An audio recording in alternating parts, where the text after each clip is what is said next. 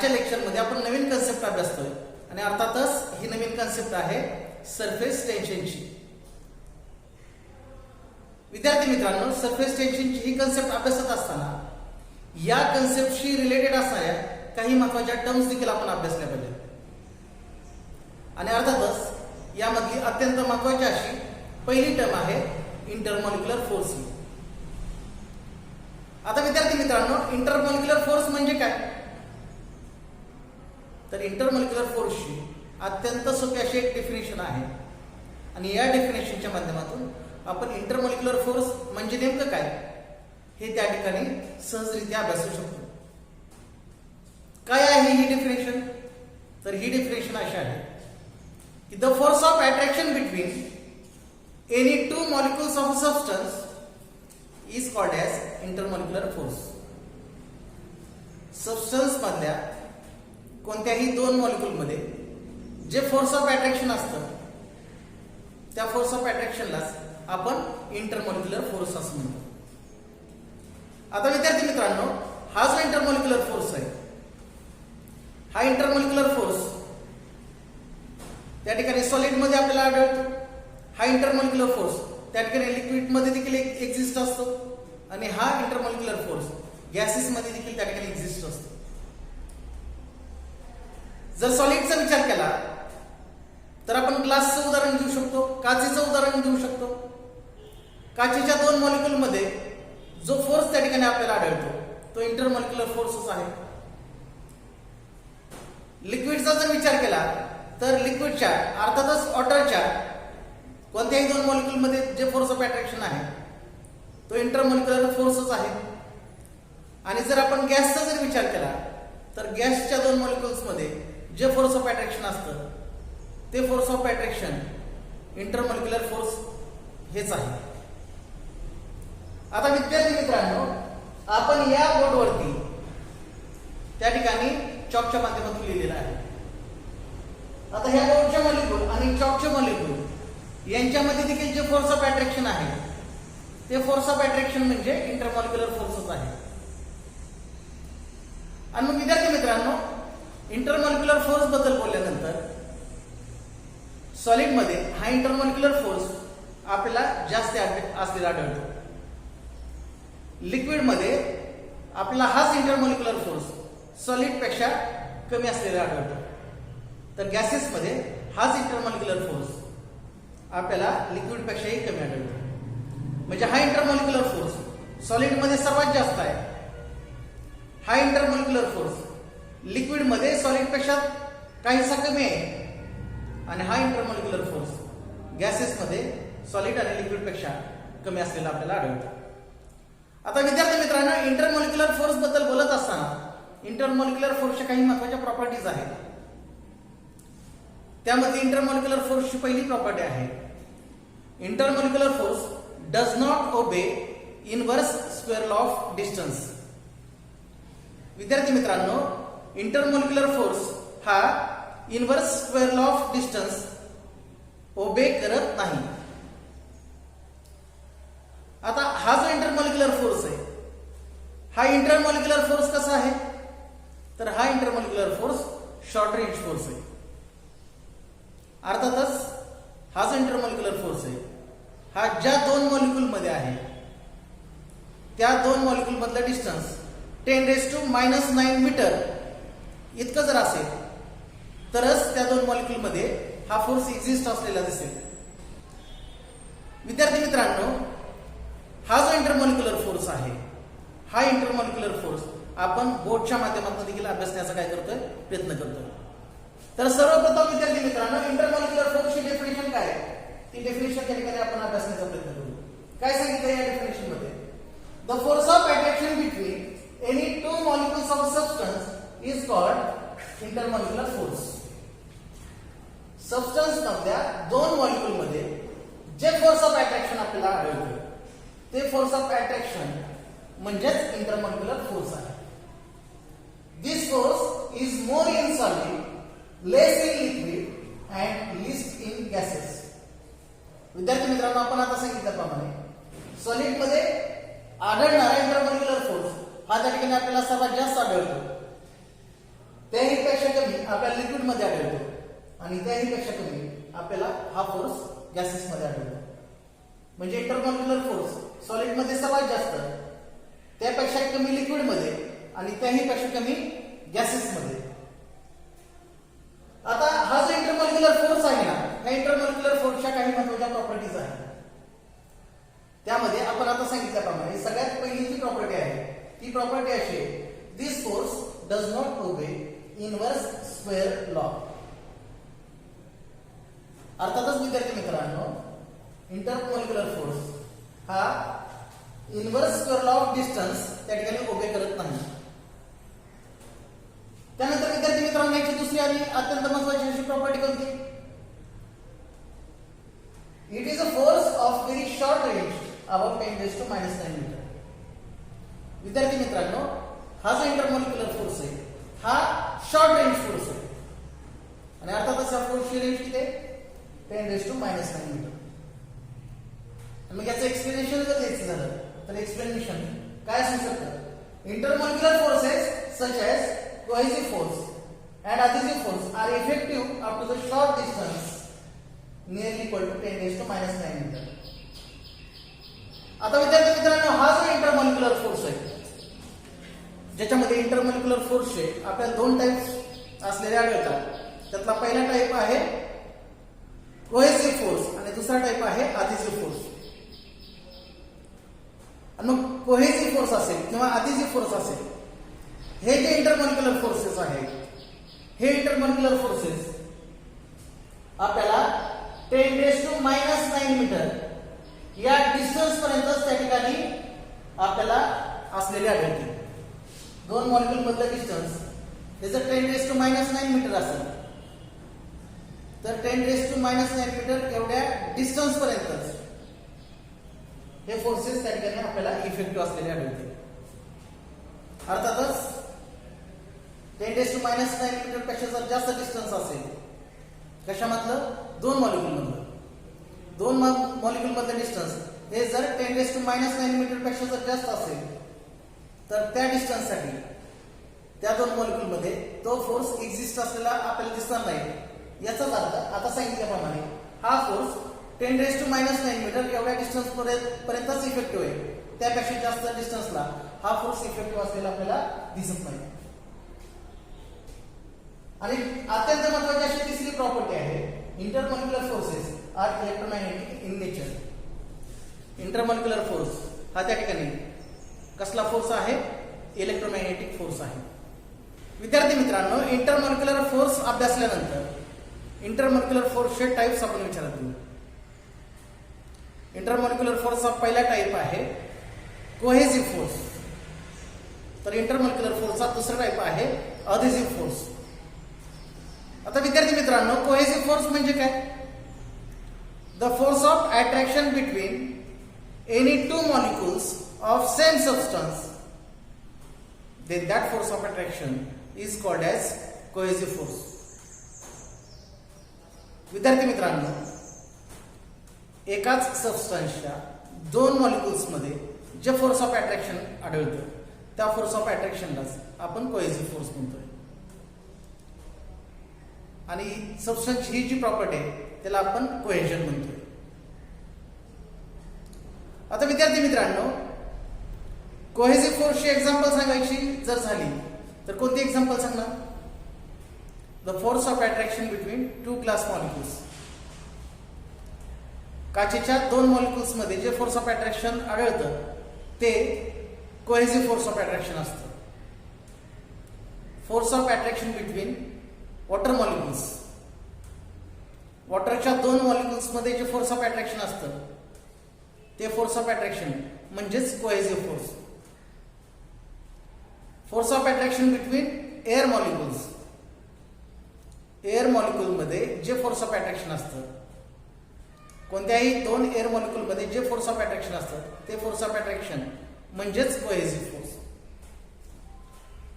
आता विद्यार्थी मित्रांनो, हा जो कोहेसिव्ह फोर्स आहे ह्या कोहेसिव्ह फोर्समुळेच सॉलिडला विशिष्ट असा शेप प्राप्त होतो. कोहेसिव्ह फोर्स स्ट्रॉंग असेल तरच सॉलिडला विशिष्ट असा शेप प्राप्त होतो. अर्थातच सॉलिडमध्ये कोहेसिव्ह फोर्स हा त्या ठिकाणी स्ट्रॉंग असलेला आढळतो. लिक्विडमध्ये सॉलिडपेक्षा कोहेसिव्ह फोर्स हा काहीसा कमी प्रमाणात आढळतो. तर गॅसेसमध्ये हा कोहेसिव्ह फोर्स त्या ठिकाणी आपल्याला खूपच कमी प्रमाणात आढळतो. विद्यार्थी मित्रांनो, आपण जे सांगितलंय तेच आपण बोर्डच्या माध्यमातून अभ्यासण्याचा प्रयत्न करतो. काय सांगितले विद्यार्थी मित्रांनो? इंटरमॉलिक्युलर फोर्सचे त्या ठिकाणी दोन टाइप्स आपल्याला असलेले दिसतात. त्यामधला पहिला टाइप हा कोहेसिव्ह फोर्स आहे, तर दुसरा टाइप हा अधेसिव्ह फोर्स आहे. आता विद्यार्थी मित्रांनो, कोहेसिव्ह फोर्स या पहिल्या टाइप बद्दल त्या ठिकाणी आपण चर्चा करू.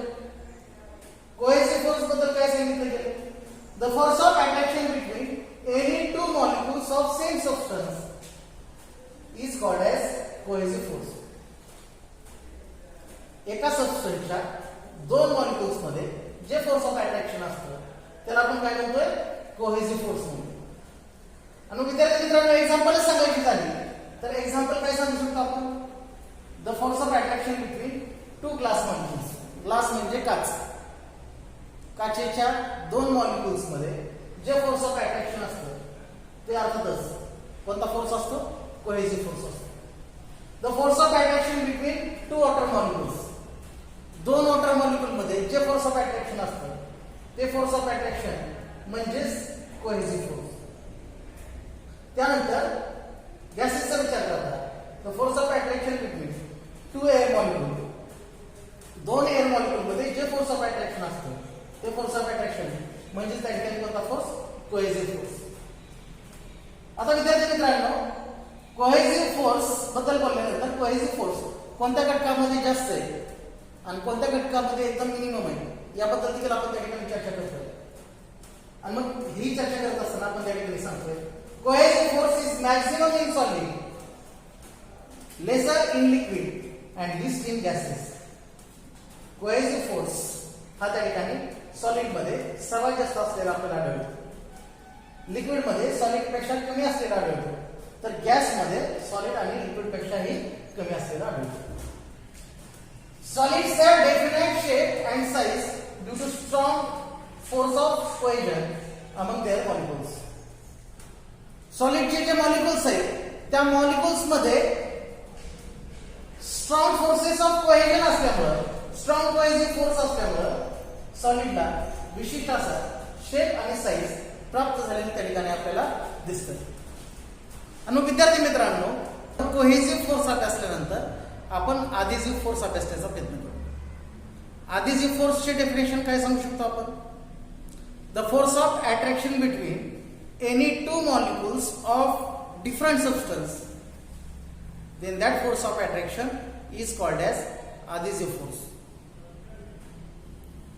दोन वेगळ्या सबस्टन्सच्या, दोन डिफरंट सबस्टन्सच्या दोन मॉलिक्युल्स मध्ये जे फोर्स ऑफ अट्रॅक्शन आपल्याला आढळतं त्या फोर्स ऑफ अट्रॅक्शनलाच आपण अधेसिव्ह फोर्स म्हणतो.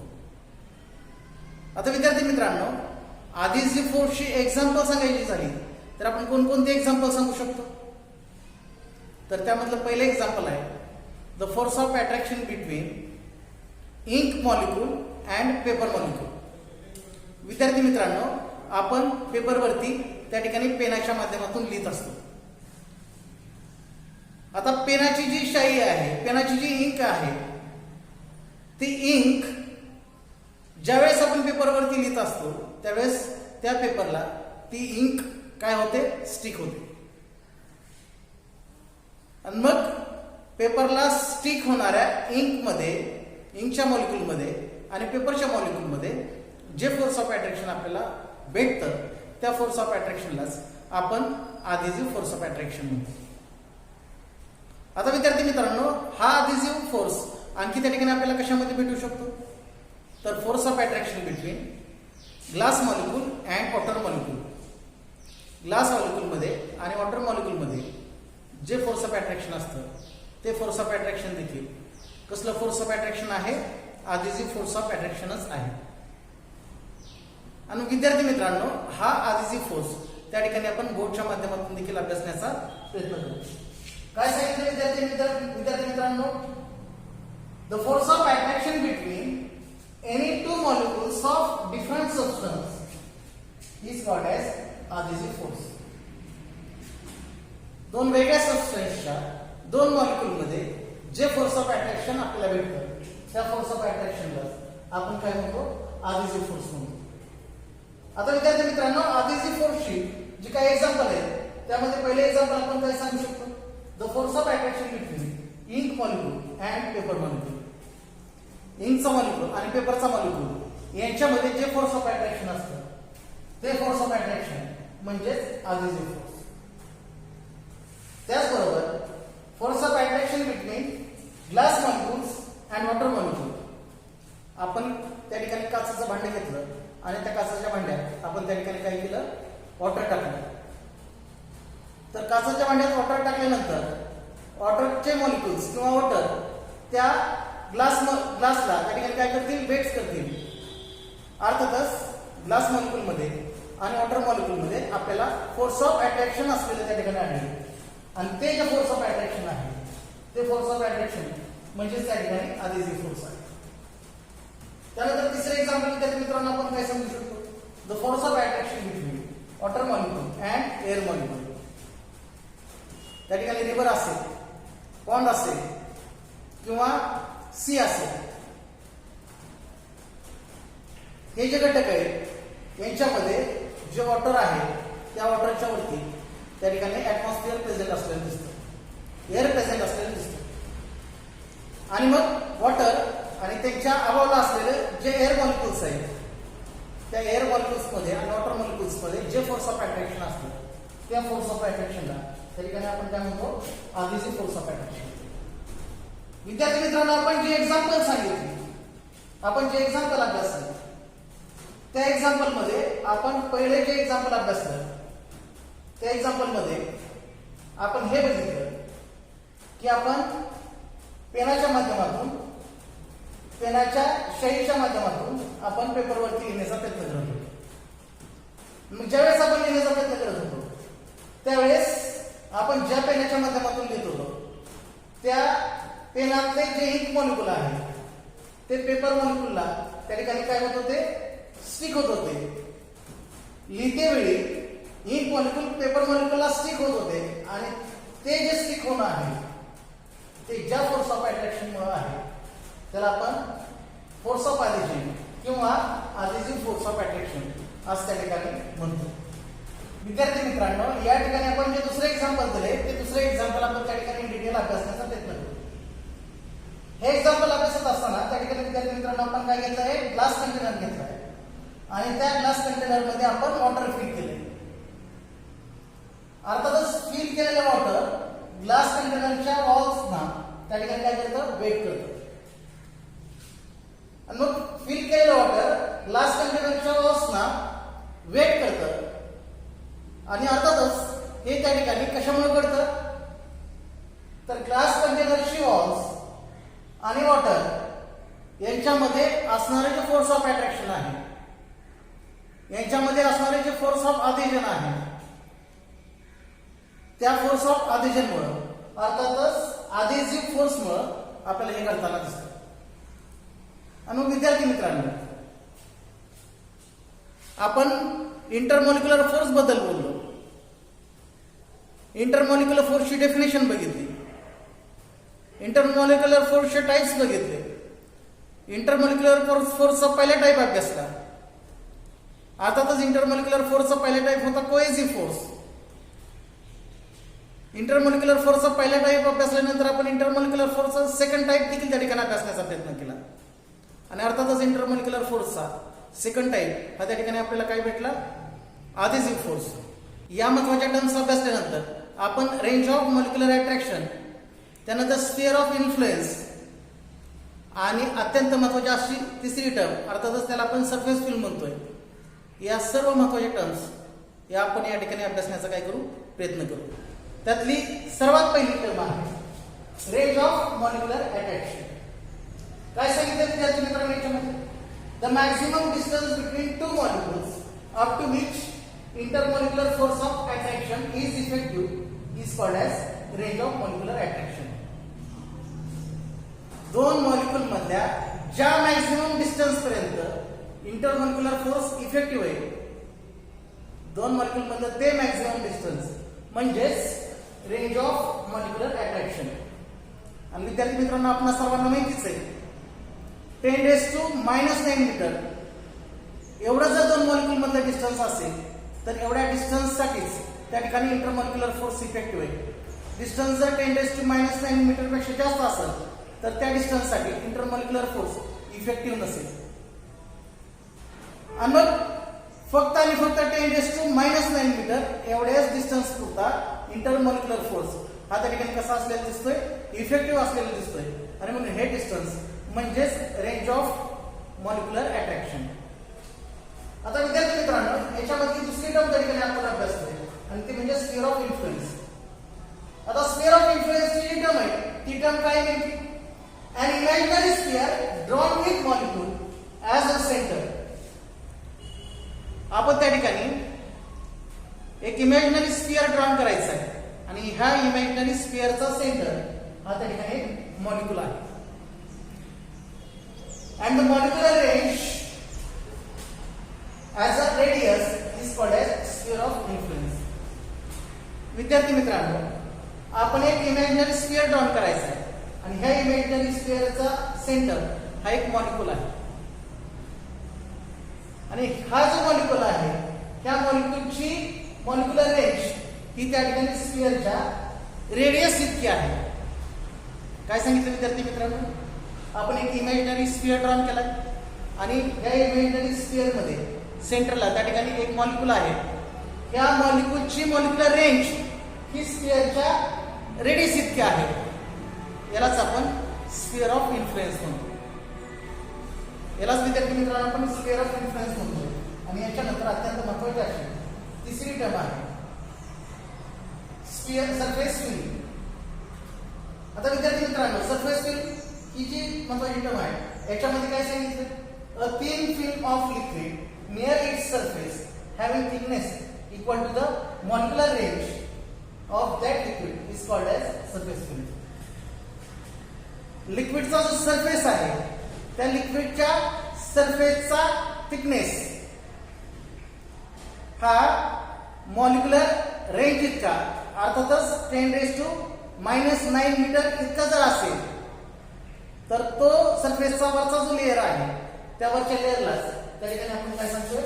सरफेस फिल्म आहे असं त्या ठिकाणी आपण म्हणतो. विद्यार्थी मित्रांनो, तीन अत्यंत महत्त्वाच्या अशा टर्म्स त्या ठिकाणी अभ्यास करा. पहिली term range of molecular attraction, ज्याच्यामध्ये आपण सांगितलं की ज्या मॅक्सिमम डिस्टन्स पर्यंत इंटरमॉलिक्युलर फोर्स इफेक्टिव्ह आहे ते मॅक्सिमम डिस्टन्स म्हणजेच त्या ठिकाणी रेंज ऑफ मॉलिक्युलर अट्रॅक्शन. दुसरी टर्म जी आहे ती स्फिअर ऑफ इन्फ्लुएन्स. याच्यामध्ये आपण सांगितलं एक स्फिअर आपण ड्रॉन केला, त्या स्फिअरच्या सेंटरला आपण त्या ठिकाणी मॉलिक्यूल घेतला, मॉलिक्यूल कन्सिडर केला आणि त्या मॉलिक्यूलची मॉलिक्युलर रेंज ही त्या स्फिअरच्या रेडियस इतकी आहे म्हणजेच आर इतकी आहे. आणि ही जी मॉलिक्युलर रेंज आहे त्या मॉलिक्युलर रेंजलाच त्या ठिकाणी आपण काय म्हणतोय? Sphere of influence. म्हणजेच स्फिअर मधल्या मॉलिक्यूलचा इन्फ्लुएन्स हा स्फिअरच्या रेडियस इतका आहे, रेडियस पुरता मर्यादित आहे आणि त्यालाच आपण काय म्हणतोय? Sphere of influence. आणि त्यानंतर अत्यंत महत्त्वाची अशी तिसरी टर्म आपण अभ्यासली ती म्हणजे सरफेस फिल्म. लिक्विडचा जो वरचा सरफेस आहे त्या वरच्या सरफेसचा अर्थातच लिक्विडच्या टॉप मोस्ट लेअरचा थिकनेस 10⁻⁹ मीटर असेल तर 10⁻⁹ मीटर एवढ्या थिकनेसचा जो वरचा लेअर आहे तो वरचा लेअर म्हणजे त्या ठिकाणी काय आहे? सरफेस फिल्म आहे. विद्यार्थी मित्रांनो, अशा प्रकारे आपण सरफेस टेन्शनशी निगडीत असणाऱ्या इंटरमॉलिक्युलर फोर्सचे जे टाइप्स आहेत ते टाइप्स, त्यानंतर range of molecular attraction, sphere of influence आणि सरफेस फिल्म या अत्यंत महत्त्वाच्या अशा टर्म्स त्या ठिकाणी आपण अभ्यासण्याचा प्रयत्न केला. विद्यार्थी मित्रांनो, जर हा व्हिडिओ आपणास आवडला असेल तर या व्हिडिओला लाईक करा, शेअर करा आणि सबस्क्राईब करा. त्याचबरोबर नवीन व्हिडिओच्या नोटिफिकेशनसाठी बेल आयकॉन दाबायला विसरू नका. धन्यवाद विद्यार्थी मित्रांनो.